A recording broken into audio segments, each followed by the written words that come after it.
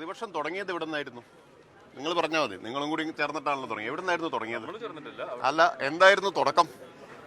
തുടക്കം എന്തായിരുന്നു? പ്രതിപക്ഷത്തിന്റെ ആരോപണം ഇതിനകത്ത് ഈ പദ്ധതിക്കകത്ത് അഴിമതിയുണ്ട്. അതെ, അഴിമതിയുടെ കാരണമായിട്ട് ചൂണ്ടിക്കാണിച്ചത് എന്തായിരുന്നു? ടെൻഡർ വിളിച്ചില്ല എന്നത്. ഇപ്പൊ എന്താ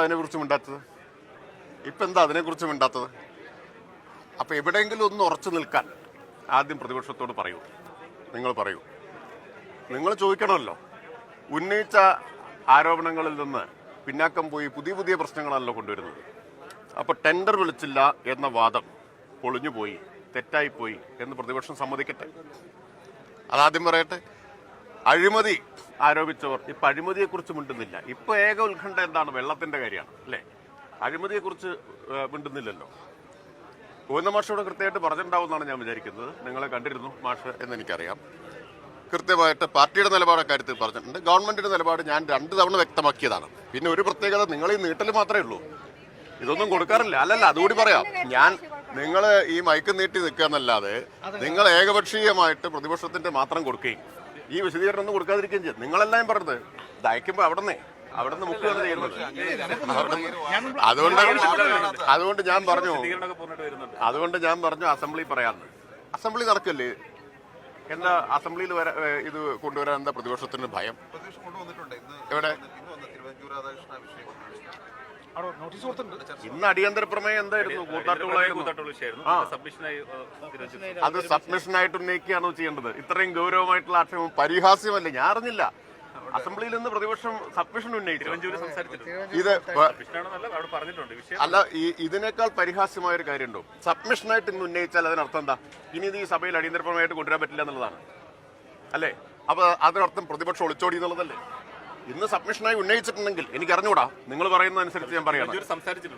ഇന്ന് സബ്മിഷൻ ഉന്നയിച്ചാൽ ഒന്നുകിൽ സബ്മിഷൻ, അല്ലെങ്കിൽ ശ്രദ്ധ ക്ഷണിക്കൽ, അല്ലെങ്കിൽ അടിയന്തര പ്രമേയം, അങ്ങനെയല്ലേ ഇത് ഉന്നയിക്കാൻ പറ്റൂ. ഒരിക്കൽ ഉന്നയിച്ച കാര്യം അടിയന്തര പ്രമേയമായിട്ട് ഉന്നയിക്കാൻ പറ്റില്ല. ഇത്രയും വലിയ അഴിമതി ആരോപണം ഉന്നയിച്ചിട്ട് ഒരു അടിയന്തര പ്രമേയം ഉന്നയിക്കാൻ പോലുമുള്ള ധൈര്യമില്ലാത്ത ഭീരുക്കളായിട്ടുള്ള പ്രതിപക്ഷം അവരാദ്യം പറയട്ടെ. ഞാൻ അന്നേ പറഞ്ഞില്ലേ അസംബ്ലി വരട്ടെ എന്ന് പറഞ്ഞില്ലേ? അസംബ്ലി വരട്ടെ എന്ന് ഞാൻ അന്നേ പറഞ്ഞതല്ലേ? എണ്ണി മറുപടി കൊടുക്കാം. അപ്പൊ എന്താ വരാത്തത്? എന്താ ഇപ്പൊ ടെൻഡറിനെ കുറിച്ച് പറയാത്തത്? എന്താ ഇപ്പൊ അഴിമതിയെ കുറിച്ച് പറയാത്തത്? ഇതാണ് പ്രതിപക്ഷവും. നിങ്ങളൊക്കെ എത്ര ദിവസം ചർച്ച ചെയ്തതാ അല്ലെ? രാത്രി 8 മണിയാകുമ്പോൾ വട്ടത്തിലിരുന്ന് ചർച്ച ചെയ്തിട്ട് എന്തെല്ലാം അസംബന്ധങ്ങൾ പറഞ്ഞിട്ടുണ്ട്. ആദ്യം ഈ കടിച്ചവർ തന്നെ വിഷം ഇറക്കട്ടെ. അല്ല, അതാ പറഞ്ഞത്.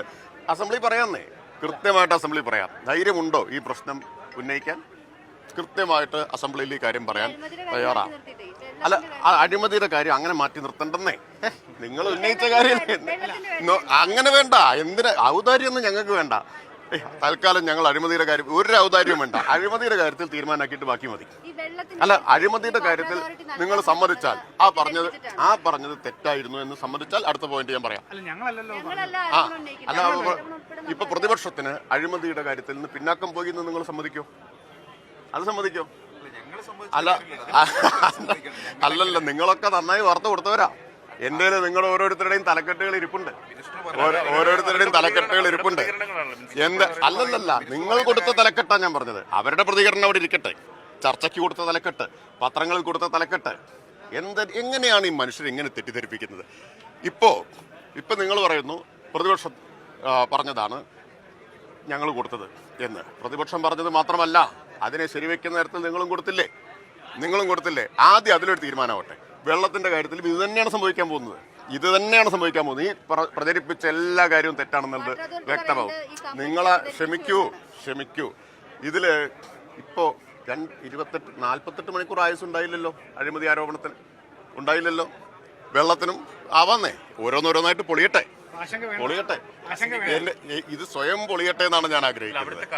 ഞാൻ നിങ്ങളോട് കഴിഞ്ഞ ദിവസം പാലക്കാട്ട് നിന്ന് കണ്ടപ്പോൾ ഒരു കാര്യം പറഞ്ഞു. നിങ്ങൾ നന്നായി പ്രോത്സാഹിപ്പിക്കണം രമേശ് ചെന്നിത്തലയെയും VD സതീശനെയും എന്ന് ഞാൻ പറഞ്ഞിരുന്നു. നന്നായി അകമഴിഞ്ഞ് പ്രോത്സാഹിപ്പിക്കണം.